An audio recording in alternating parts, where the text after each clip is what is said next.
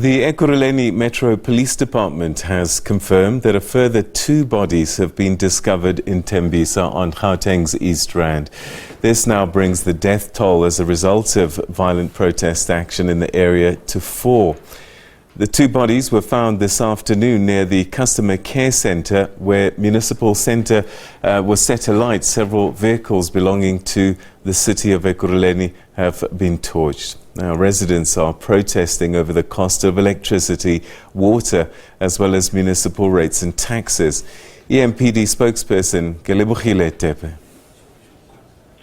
So far, just at the Triple C, we have noted 2 more fatalities as a result of this action. However, it's only alleged that this emanated from an attempted ATM bombing. From both incidents that we reported, also the iPad was summoned to start the investigation. Again, as the EMPD, the department has commenced its own under the internal affairs unit, where investigations have commenced and would be in a better light to give comment with relation to all that which has transpired. National Police Commissioner Fannie Masemola says that special teams have been set up to tackle violent crime in all the major provinces in the country. There'll also be crime combating operations over weekends when most incidents have been taking place. Masemola was joined by Police Minister Bheki Cele, who said that psychosocial support is also available to survivors of the gang rape in Krugersdorp on Thursday.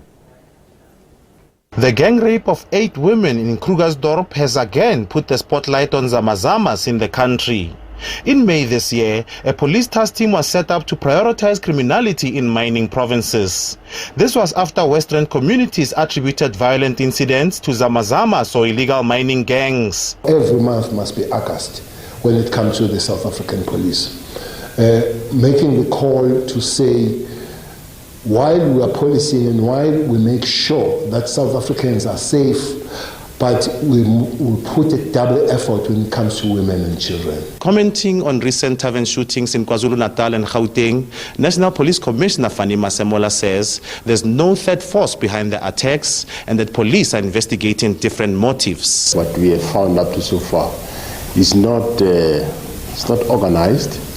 There are various motives. Some motives that we still yet have to confirm. Looks like it's around the extortions, around the collection of monies that we are still investigating.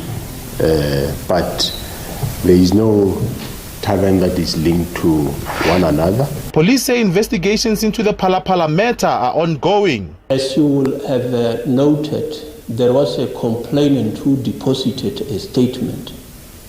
Based on that statement, we have already obtained 30 statements.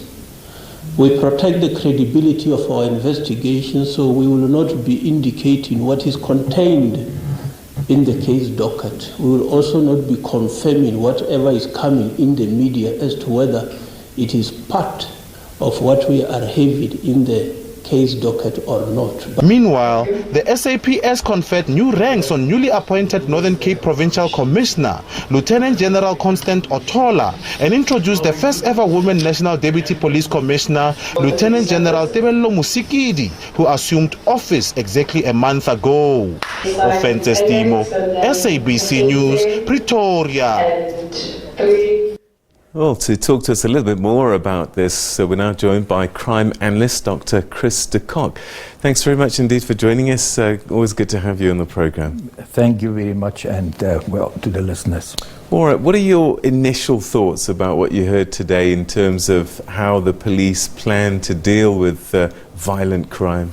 Well, I'm actually quite positive, because in 2002-03, when the then president asked for a 7 to 10% reduction in violent crime, what was called contact crime, murder, robbery, and so on, the same strategy was followed.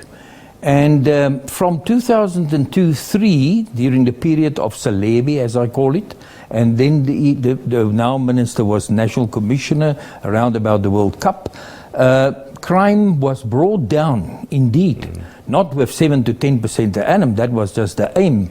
But if you take murder, went down from 24,000 to just above 15,000. And then, unfortunately, just a year after the World Cup, 2 years after the World Cup, things went haywire. And what actually then happened was that crime shot up to last year. I've calculated it, it's not yet released, but last year we had the worst year in murder in this country. 14.6%. That's a double-digit number which we haven't had any year before. So I think this plan, as was announced today, of hotspots, of linkage of cases, of concentrating at the right time, at the right place, crime mapping, all of those things, that elements was used then. So I think it can be successful. I mean, things like murder, I've always been under the impression that most murders are done by people that are known by the murderer. About 50%. Many years ago, the years that I'm talking, 2003 and then, it was a much higher percentage. It was about 80% of your murders were what I call social murders. Murders between people knowing each other. But it changed. And today, I think the biggest generator of the other 50% of murders are especially murder during robbery. And then the reaction is vigilante action. If you go to a place like Kailicha, for example, I've done an analysis many years ago where a third of your murders is these social murders, but a third of it is actually murder during robbery, and another third was actually the reaction, the vigilante reaction against murder, because the people don't trust the police and then they do their own thing. All right, so what is it about these operations you think that will work? Because I've got a feeling that the crooks are just going to find another way, because they know on these roads, on these areas, likely will be roadblocks and things like that. No, the thing is you must be a little bit ahead of them. So your analysis must be day to day, and you must change your plans according to your pattern, your crime pattern, and you must have very high visibility. Now, if the police can reach that, I'm not so sure. Because I'm talking of years when many vehicles were available, there was lots of vehicles were not in garages and that type of thing.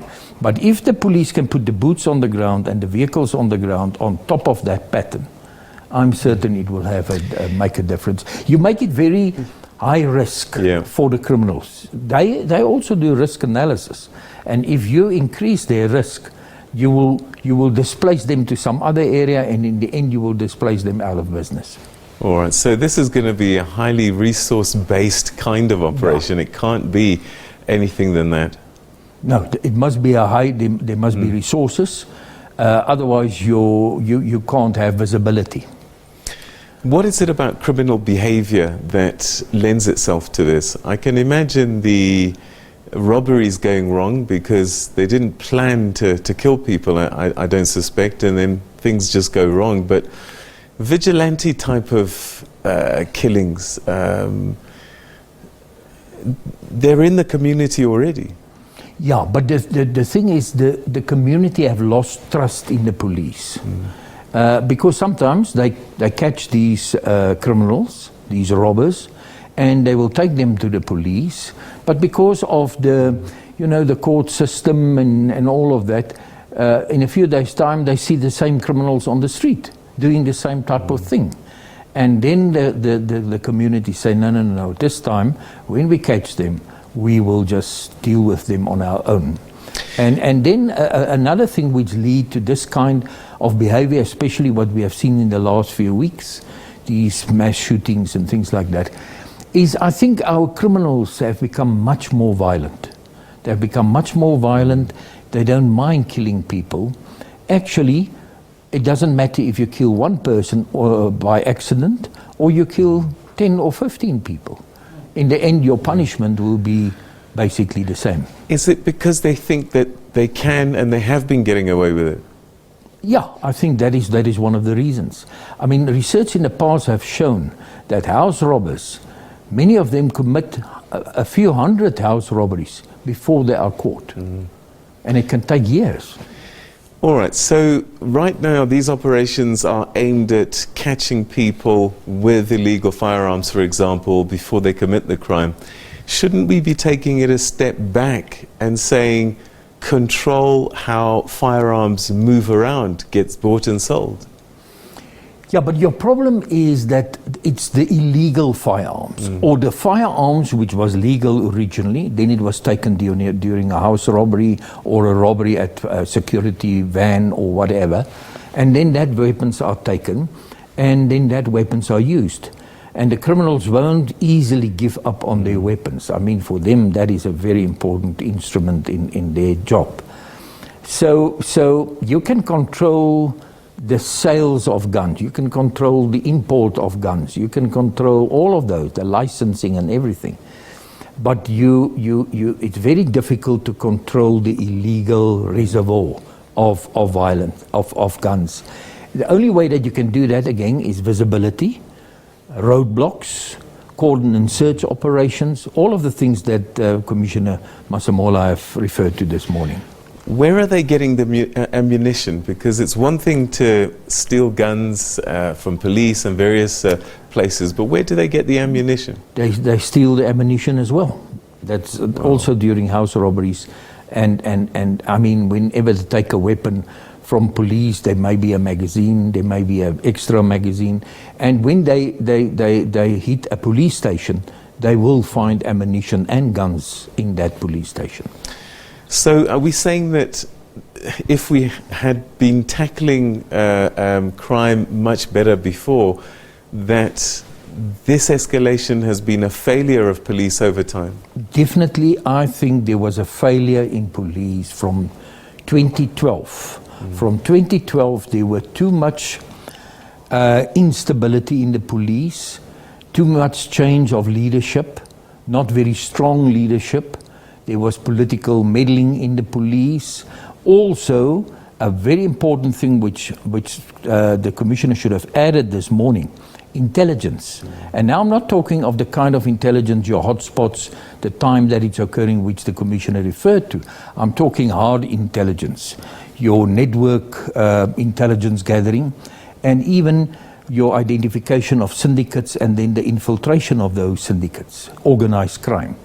They will have to, because if you take the Zamazamas, you can't, that is, the people working on the ground level, they are not maybe the organized criminals. They are just doing it to get a piece of gold to sell it for next to nothing. But high up there, there's people who are buying that gold and who take that gold and mix it with other gold and export that gold. So one will have to cut the heads of the syndicates. Right. Dr. de Kock, we're going to have to leave it there, but thank you very, very much indeed. Your insights always greatly appreciated. Thank you very much. All right.